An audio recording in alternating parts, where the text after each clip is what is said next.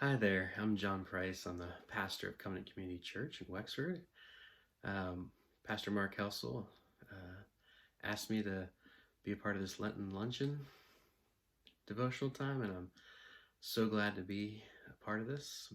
Mark and I have been friends for a long time, and I'm honored to be a part of this series.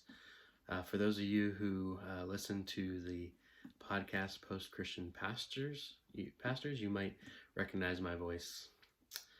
Well, I haven't been able to watch all of the Lenten Luncheon studies, so if this has been mentioned, I apologize for bringing this back up. But before we get to our text today, I'd like to point out that Luke is the only gospel that is written by someone who was not an eyewitness.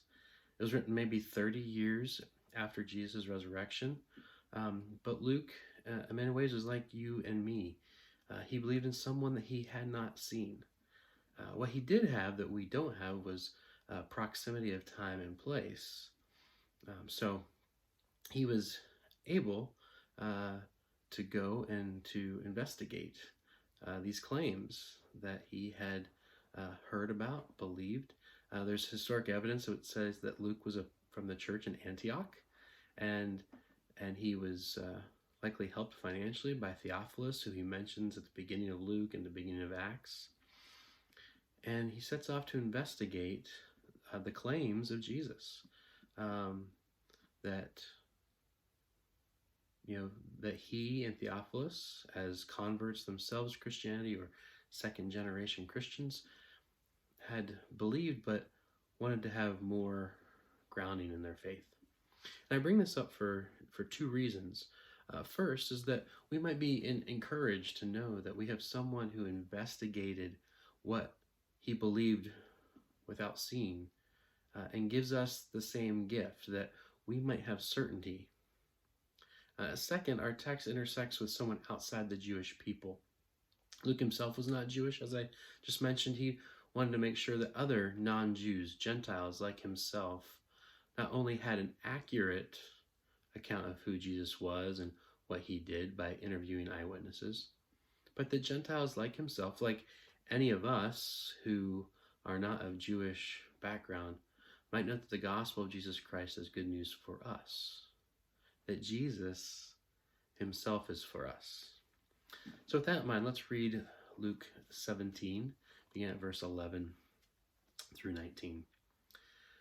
On the way to Jerusalem, he was passing along between Samaria and Galilee, and as he entered a village, he was met by 10 lepers, who stood at a distance and lifted up their voices, saying, "Jesus, Master, have mercy on us."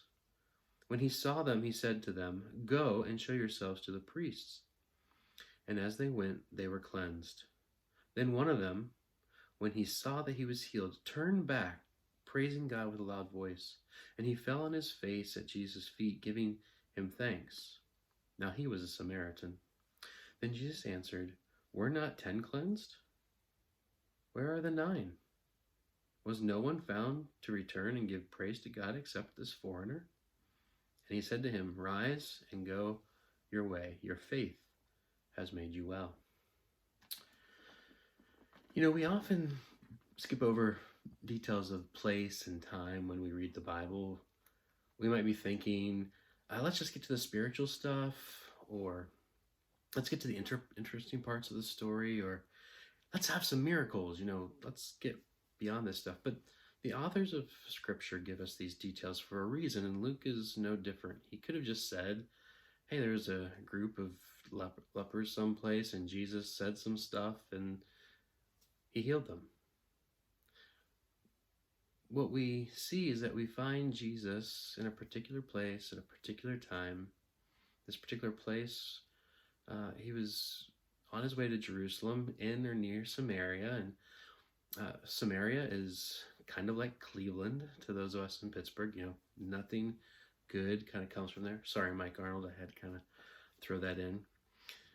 In all seriousness, as you know, Samaritans come from Israelite descent, but were viewed as half-breeds by the Jews, even worse than Gentiles. And so we find Jesus in an unclean place and encounters those who are unclean. 10 people with leprosy. Remember, according to the Old Testament law, those people had to live outside of the town, and when people came near them, they had to cry out, "Unclean, unclean." They were outcasts of society. You know, I've been reading a great book recently called Gentle and Lowly, The Heart of Christ for Sinners and Sufferers by Dane Ortland. I highly recommend it.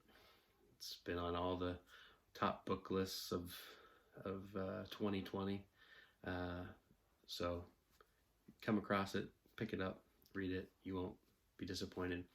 But he highlights something that we might kind of miss at times. That Jesus, the sinless one, the holy one, the one who should have been repulsed by sin and uncleanliness, who shouldn't have gone near it because he was the holy one, the sinless one. Dane says this, he said, and what did Jesus do when he saw the unclean? What was his first impulse when he came across prostitutes and lepers? He moved towards them. Pity flooded his heart, the longing of true compassion. We see here that Jesus goes through this unclean place when he likely could have taken another route, and he moves towards those who would cry out, "Unclean, unclean." I don't know, do you know what it feels like to be a leper? To cry out, maybe not literally out loud, but in your mind, to cry out loud, "Unclean, unclean." Maybe you sometimes think if they only knew, they wouldn't want to come near me. Or maybe you know what it likes to feel like an outcast, living on the outside, not able to be where you long to be. Jesus comes to you. His impulse is to move toward you. His heart full of love and compassion for you. But Jesus doesn't just go where it's unclean to the unclean. He doesn't just come to sympathize with you and me in our distress. He comes to heal, to make new. Ortland points out in the book, Jesus walked the earth, rehumanizing the dehumanized and cleansing the unclean. I love that. Jesus walked the earth, rehumanizing the dehumanized and cleansing the unclean. And here in our text, we see and experience both of these. As Jesus moves towards the unclean, notice that their cries aren't the prescribed "unclean, unclean," but instead, "Master, have mercy on us." They know their need. They know that Jesus can heal them. And as he comes to them, they know what they need. They need his mercy. I mean, they could have easily laid out a list of all the things, a very compelling case of how sick they were, how hard life was for them, how lonely they were, or all kinds of other legitimate ills that they had experienced. They could have done this to try to compel Jesus to heal them. But instead, they realize it's by his mercy that they can be healed. And the same is true for us. It is by his mercy, his grace, that we are healed. Maybe physically in this life if he wills, but most certainly spiritually. Jesus rehumanizes us and cleanses us from all our sin. And all that is required is knowing our need for him, knowing our need for his mercy. What's maybe the most interesting about this story is not the miracle itself, as wonderful it is, it's the response. This is actually the whole point. When Jesus tells the 10 to go and present themselves to the priest, they are healed, but only one comes back. And this one, instead of crying out "unclean" or "have mercy," is now praising God with a loud voice. He falls at Jesus' feet in thanksgiving.